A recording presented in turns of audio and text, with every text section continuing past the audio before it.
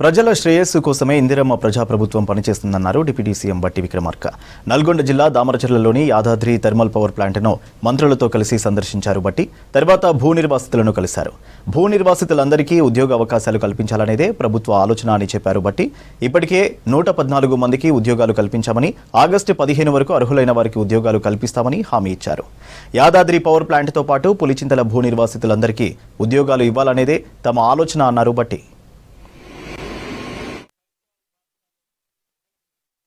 Project ఇక్కడ పెట్టడం వల్ల ఇబ్బంది లేకుండా వాళ్ళకి మేలు జరిగిందనే విధంగా కావాల్సినటువంటి ఇన్ఫ్రాస్ట్రక్చర్ మొత్తాన్ని ఒక ప్లాన్డ్గా స్థానిక మంత్రులు అందరూ అడిగిన దానిపైన వాళ్ళు చెప్పిన ప్రజల ఆలోచనలన్నీ వాళ్ళు చెప్పిన దాన్ని పరిగణలో తీసుకొని వాటన్నిటిని కూడా ఒక యాక్షన్ ప్లాన్ తయారు చేసి చేసుకుంటూ ముందుకు పోతా ఉన్నాం.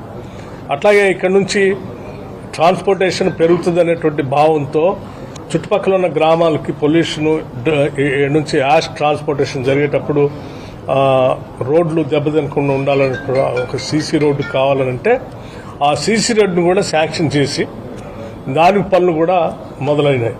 సో ఈ పరిసర ప్రాంతాల్లో ఇన్ఫ్రాస్ట్రక్చర్ అంతా ఒక ఫ్యాక్టరీ పెట్టడమే కాకుండా చుట్టుపక్కల ఇన్ఫ్రాస్ట్రక్చర్ కూడా పెద్ద ఎత్తున అమలు చేస్తూ ఉన్నాం. ఒక ఫ్యాక్టరీ వస్తే మిగతా వాళ్ళందరికీ కూడా మేలు జరగాలనేది ఈ రాష్ట్ర ప్రభుత్వం యొక్క ఆలోచన. దానికోసం ఈ కార్యక్రమాలను చేస్తూ ముందుకు పోతున్నాం. ఈరోజు రెండో యూనిట్ అంటే వాళ్ళు మేము గతంలో యూనిట్ 2ని డెడికేట్ చేసాం. ఇప్పుడు యూనిట్ 1 అంటే 2 యూనిట్లు స్టేజ్ 1లో ఉన్నటువంటి వాటిని కంప్లీట్ చేసాం. రాబోయే మిగతా 3 యూనిట్లు కూడా స్టేజ్ 2లో ఉన్న వాటిని కూడా ఈ సంవత్సరమే డిసెంబర్ లోపల కంప్లీట్ చేయబోతున్నాం. ఆ టార్గెట్ ప్రకారమే ముందు పోతా ఉన్నాం. దీంట్లో మేము ఫిక్స్ చేసుకున్న క్యాలెండర్ ప్రకారం సక్సెస్ అవుతూ ముందు పోతున్నాం కాబట్టి భారం లేకుండా ముందు తీసుకొని పోగలుగుతున్నాం. I wish all the best to the employees who are all working here. Thank you very much. ఈ పరిహారాన్ని భూమి కోల్పోయినటువంటి వాళ్ళ పరిహారం సంబంధించి కూడా గత ప్రభుత్వం వాళ్ళు పూర్తిగా గాలికి వదిలేసింది. వాళ్ళకు కొద్దిమందికి ఉద్యోగాలు ఇస్తా అన్నారు, ఇవ్వలేదు. అలా కాకుండా ఇక్కడ ఉన్నటువంటి శాసనసభ్యుడు కానీ, శాసన పరిషత్ సభ్యులు కానీ, స్థానికంగా ఉన్నటువంటి మంత్రులు కానీ వీళ్ళందరూ కలిసి ప్రజలందరి ఎవరు నష్టపోకుండా ఉండే విధంగా వాళ్ళందరూ ఒక మీటింగ్ పెట్టి ఎవరెవరైతే నష్టపోయారో వాళ్ళందరూ ఆలోచన పరిగణలో తీసుకొని జిల్లా యంత్రాంగానికి చెప్పి వాళ్ళందరికీ ఉద్యోగాలు వచ్చేటట్టుగా R&R ప్యాకేజ్ కూడా సక్రమంగా అందేటట్టుగా ఒక రిపోర్ట్ పంపిస్తా ఉన్నారు.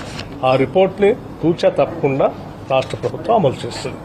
కేవలం యాదాద్రి పవర్ ప్రాజెక్టు ఒకటి దగ్గర కాకుండా దీన్ని ఆనుకొని ఉన్నటువంటి పులిచింతల ప్రాజెక్టు సంబంధించి కూడా అక్కడ భూములు కోల్పోయినటువంటి వాళ్ళకు కూడా ఆనాటి ప్రభుత్వాలు ఉద్యోగం కల్పిస్తామని చెప్పాం. సరే, దురదృష్టం కొద్దిమంది కల్పించారు, ఇంకా కొద్దిమంది మిగిలిపోయారు. ఆ మిగిలిపోయినటువంటి వాళ్ళు కూడా 10 సంవత్సరాలు కల్పించాల్సి ఉండే, కల్పించలేదు. వాళ్ళే కూడా పరిగణలో తీసుకొని తప్పనిసరిగా జిల్లా కలెక్టర్ గారు పంపించేటువంటి రిపోర్ట్ బేస్ చేసుకొని ఎవరెవరైతే అర్హులు ఉన్నారో వాళ్ళందరికీ కూడా ఈ ఉద్యోగం R&R ప్యాకేజ్ కూడా ఇచ్చిస్తాం. రిక్వెస్ట్ ఏంటంటే ఇంకేమైనా జాబ్స్ ఇస్తే కూడా మిర్యాలు కూడా ఈ ప్రాంతం వరకే ఇవ్వాలని మాకు స్పెషల్ రిక్వెస్ట్. ఇక్కడ ఉన్న అన్ఎంప్లాయీస్ చెప్పేసి క్వాలిఫైడ్ అన్ఎంప్లాయీస్ ఏమైనా ఉంటే మీరు ఉద్యోగాలు కూడా పనిచేయడం లేదా? ముందుగా ఈరోజు కార్యక్రమం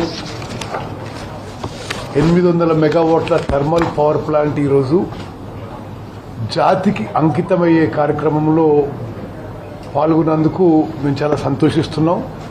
అదేవిధంగా సుమారు 1000 కోట్లతో ఈ యాదాద్రి థర్మల్ పవర్ ప్లాంట్లో ఇంటిగ్రేటెడ్ టౌన్షిప్ నిర్మాణ పనులు శంకుస్థాపన కార్యక్రమం, అదేవిధంగా యూనిట్ 1 800 మెగావాట్ల థర్మల్ పవర్ ప్లాంట్ ప్రారంభోత్సవం జాతికి అంకితం. ఈ కార్యక్రమంలో పాల్గొనడం ఎంతో సంతోషిస్తున్నాం.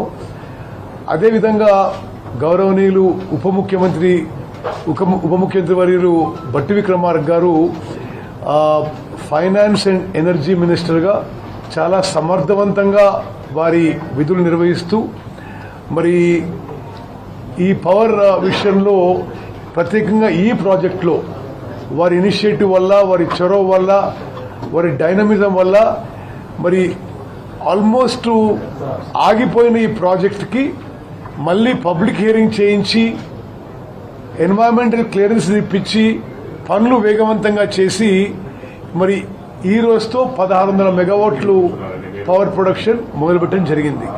అదేవిధంగా మరి అధికారులు ఇచ్చిన ప్రజెంటేషన్ మేరకు మరొక అక్టోబర్ నెలలో మరొక 800 మెగావాట్లు, అదేవిధంగా డిసెంబర్లో మరో 800 మెగావాట్లు, మరి 2026 జనవరి ఫిబ్రవరి వరకు ఈ మొత్తం 4000 మెగావాట్ల పవర్ ప్రొడక్షన్ రావడం, మరి అది భట్టి గారి నాయకత్వంలో మరి ఎనర్జీ డిపార్ట్మెంటు జెన్కో సమర్థవంతంగా పనిచేసినందుకు మనస్ఫూర్తిగా వారికి నా అభినందన శుభాకాంక్షలు తెలియజేస్తున్నాను. అదేవిధంగా ఒక గొప్ప విషయం ప్రకటించారు ఈరోజు. మన కాంగ్రెస్ ప్రభుత్వంలో అన్ని విషయాల్లో ఒక మానవీయ కోణంతో, ఒక మానవతా దృక్పథంతో ముందుకు పోయే మేము మరి ఈరోజు